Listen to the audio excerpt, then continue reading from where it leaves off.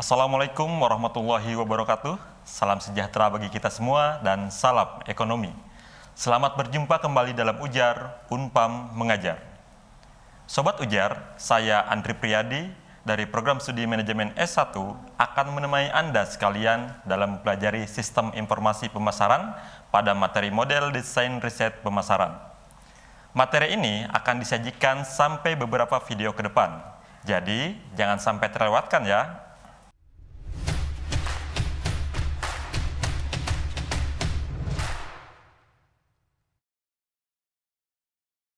Pada pertemuan kali ini, materi utama yang akan kita pelajari adalah bertujuan untuk mengetahui pengertian desain riset pemasaran, lalu mengidentifikasi model desain riset pemasaran, beserta tujuan riset tersebut, dan yang terakhir, contoh dan kegunaan desain riset pemasaran.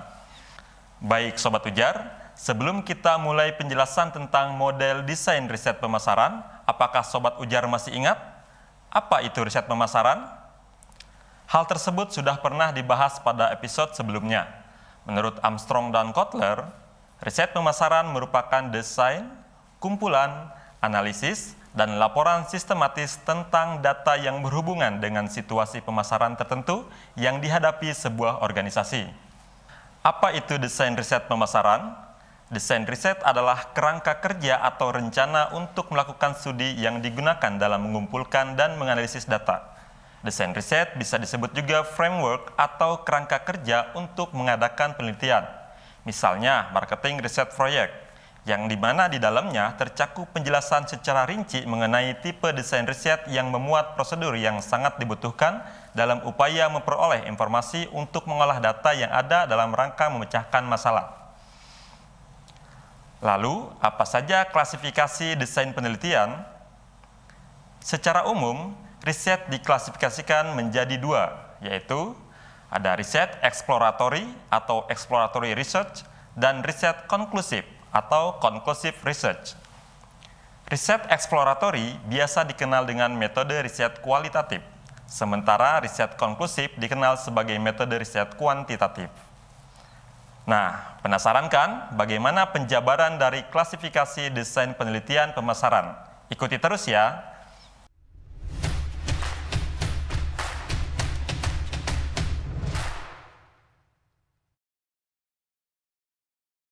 Berdasarkan penjelasan konsep klasifikasi riset sebelumnya, maka perlu kita ketahui bagaimana memahami model dari riset pemasaran.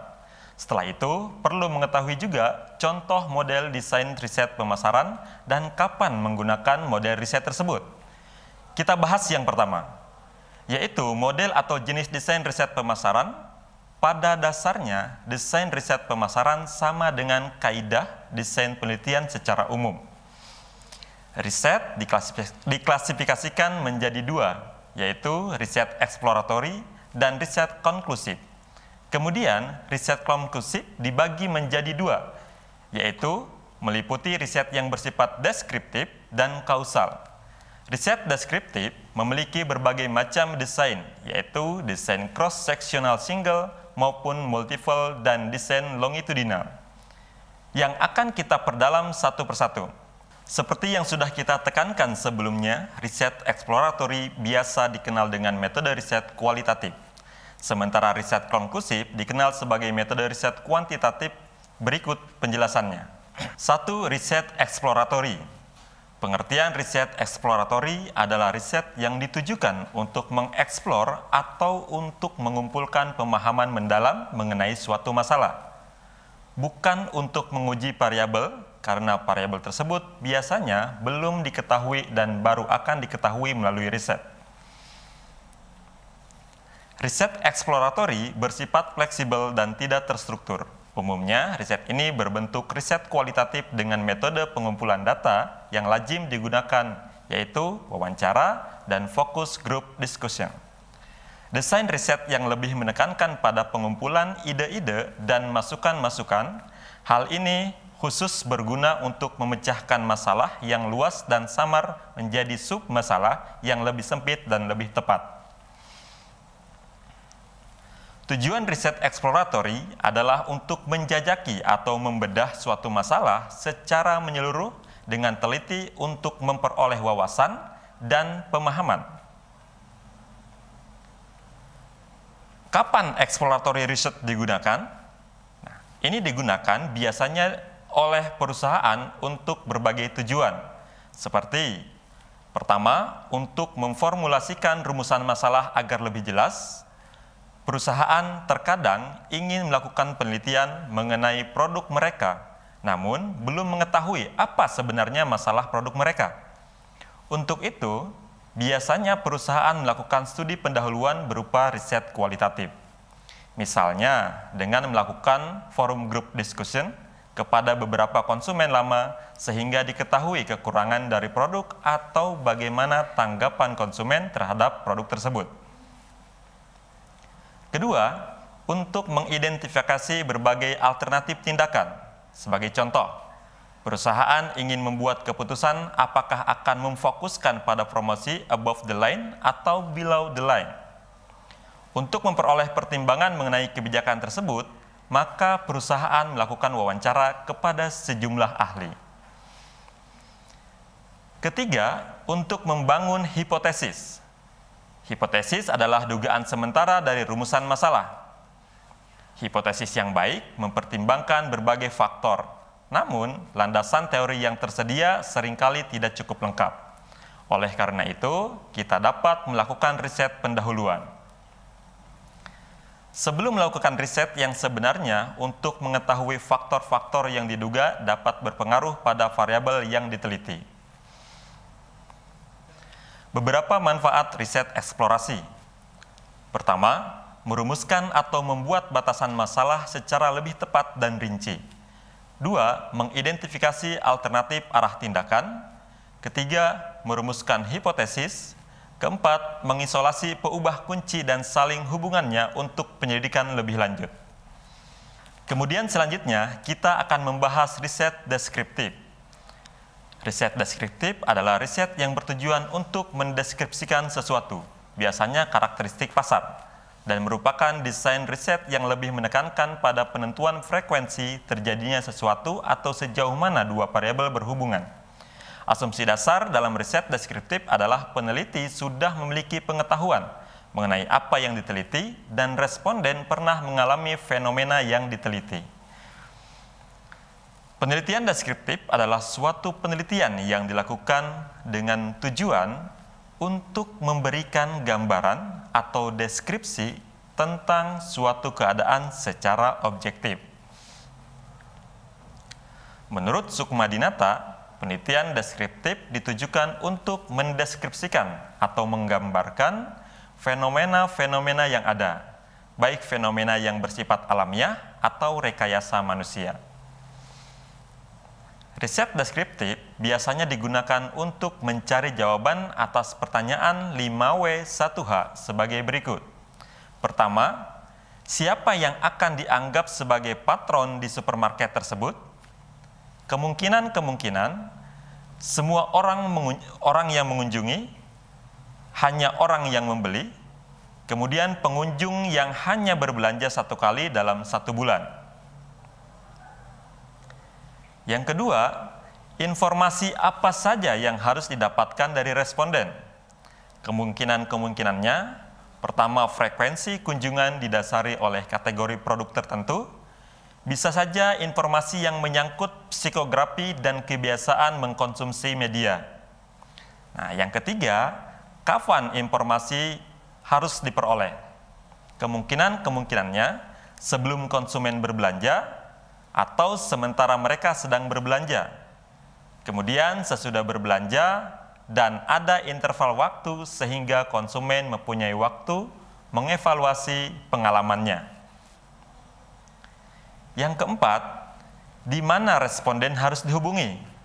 Kemungkinannya di dalam supermarket, di luar supermarket, di tempat parkir, atau di rumah.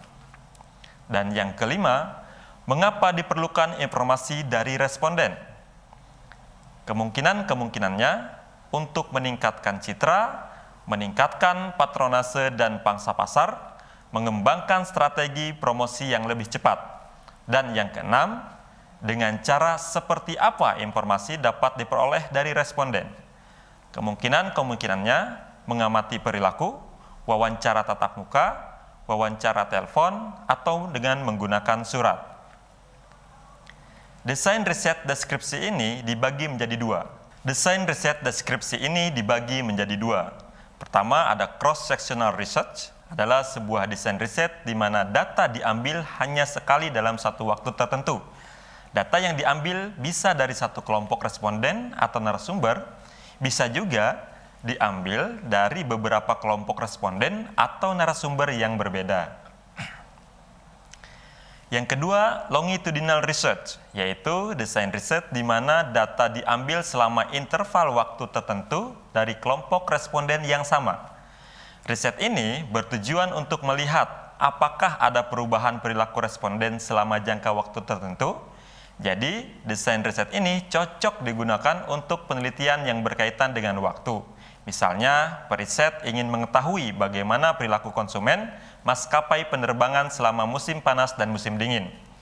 Kekurangan utama riset longitudinal adalah masalah representatif data, karena responden untuk desain riset ini harus sama selama periode waktu tertentu. Sementara beberapa faktor dapat mempengaruhi responden seperti kematian, responden yang keluar dari kesepakatan, dan keterbatasan kemampuan perusahaan untuk menyediakan fasilitas penelitian untuk jangka waktu yang lama. Contoh riset deskriptif. Pertama, kajian pasar yang meneliti luas pasar, daya beli konsumen, keberadaan distributor, dan profil konsumen. Yang kedua, kajian saham pasar yang menjelaskan proporsi penjualan total suatu perusahaan dari seluruh penjualan di pasar. Ketiga, kajian analisis penjualan yang menjelaskan penjualan menurut daerah geografis, lini produk, tipe, dan besaran rekening. Dan yang keempat, kajian citra yang menentukan persepsi konsumen terhadap perusahaan dan produknya. Kelima, kajian penggunaan produk yang menjelaskan pola konsumsi. Dan yang keenam, kajian distribusi yang menentukan pola arus barang dan jumlah lokasi distributor. Selanjutnya yang ketujuh, kajian penentuan harga yang menjelaskan rentang dan perubahan frekuensi harga dan prediksi reaksi konsumen terhadap perubahan harga.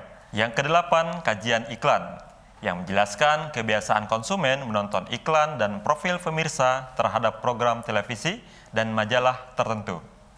Kemudian yang terakhir, kita akan membahas riset kausal. Riset kausal merupakan desain riset yang lebih menekankan pada penentuan hubungan sebab dan akibat. Riset kausal adalah desain riset yang bertujuan untuk membuktikan hubungan sebab akibat dari variabel yang diteliti. Tujuan riset kausal, ada dua tujuan di mana riset kausal banyak digunakan, yaitu pertama, untuk penelitian yang bertujuan untuk mengetahui faktor mana yang menjadi penyebab dan yang menjadi akibatnya, serta untuk mengetahui sifat dari hubungan antar faktor tersebut. Yang kedua, dapat digunakan untuk meneliti responden yang belum pernah mengalami fenomena tersebut, biasanya dengan eksperimen. Contoh riset kausal, sebuah produsen obat nyamuk bermaksud untuk meluncurkan produk obat nyamuk jenis baru berbentuk kertas. Produk ini belum pernah ada di pasaran.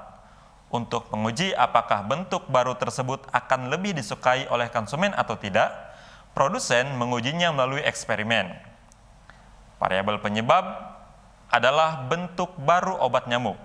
Variabel akibat adalah kemudahan konsumen menggunakan dan tingkat keluhan konsumen. Responden diberikan sampel produk lama dan calon produk baru, kemudian periset melihat bagaimana tanggapan responden terhadap produk baru dibandingkan produk lama.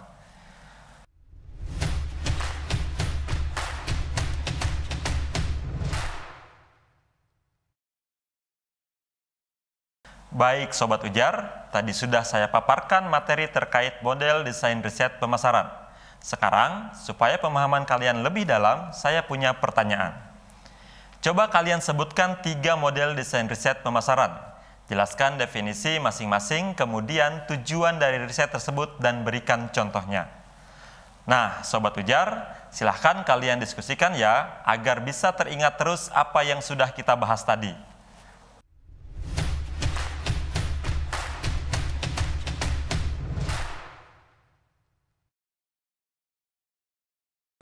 Sobat Ujar, kita sudah berada di penghujung acara. Dari materi yang sudah saya sampaikan bisa disimpulkan bahwa pertama, riset diklasifikasikan menjadi dua. Ada riset eksploratory dan riset konklusif. Kemudian riset konklusif dibagi menjadi dua, meliputi riset yang bersifat deskriptif dan kausal. Riset deskriptif memiliki berbagai macam desain, yaitu desain cross-sectional single maupun multiple dan desain longitudinal. Kedua, riset exploratory adalah riset yang ditujukan untuk mengeksplor atau untuk mengumpulkan pemahaman mendalam mengenai suatu masalah, bukan untuk menguji variabel, karena variabel tersebut biasanya belum diketahui dan baru akan diketahui melalui riset. Yang ketiga, riset deskriptif adalah suatu riset yang bertujuan untuk mendeskripsikan sesuatu, biasanya karakteristik pasar, dan merupakan desain riset yang lebih menekankan pada penentuan frekuensi terjadinya sesuatu atau sejauh mana dua variabel berhubungan. Keempat, riset kausal merupakan desain riset yang lebih menekankan pada penentuan hubungan sebab dan akibat. Riset kausal adalah desain riset yang bertujuan untuk membuktikan hubungan sebab akibat dari variabel yang diteliti. Sobat Ujar, demikianlah materi episode 13 Sistem Informasi Pemasaran kali ini. Sekian materi dari saya Andri Priyadi, undur diri. Sampai bertemu kembali di episode berikutnya. Wassalamualaikum warahmatullahi wabarakatuh. Tetap semangat, salam ujar dan salam ekonomi.